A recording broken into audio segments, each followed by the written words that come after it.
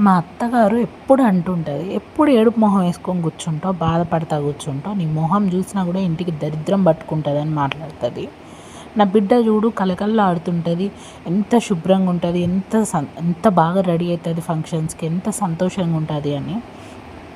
నీకు అక్కడ నువ్వు అనే మాటలోనే నీకు సమాధానం ఉంది, అది అర్థం అవ్వట్లేదా అని నాకు ఆశ్చర్యం అనిపిస్తుంది.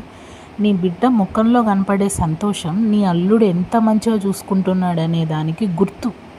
నీ కోడలు మొహంలో కనపడే ఈ బాధ నీ కొడుకు ఎంత బాధ పెడుతున్నాడు అనే దానికి గుర్తు.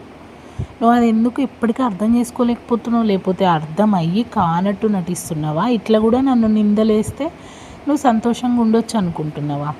ఒకటి గుర్తుపెట్టుకోండి, పెళ్ళికి ముందు ఏ ఆడపిల్ల మొహమైనా ఎంతో అందంగా వెలిగిపోతుంటుంది, ఒక కళ ఉట్టిపడుతుంటుంది. పెళ్ళైపోయిన తర్వాత అదే కళ కంటిన్యూ అవ్వడం చాలా రేర్. అది ఎవరికో కళకి అత్త మూగుడు అందరు మంచోళ్ళు అయ్యి బాగా చూసుకునే ఆడపిల్లలకి అదే కళ కంటిన్యూ అవుతుంది మొహంలో.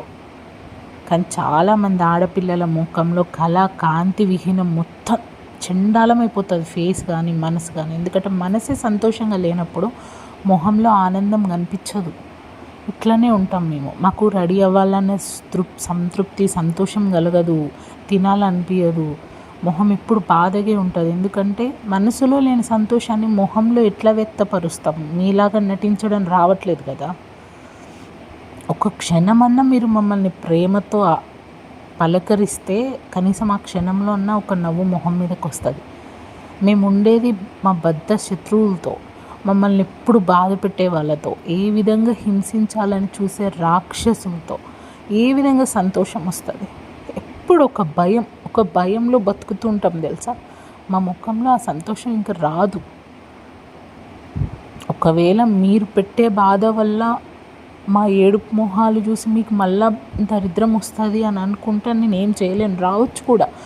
ఒక ఆడపిల్లని ఇట్లా హింసించి బాధ పెడితే దరిద్రమే వస్తుంది. ఎందుకు అదృష్టాలు వస్తాయి? ఆలోచించండి అది.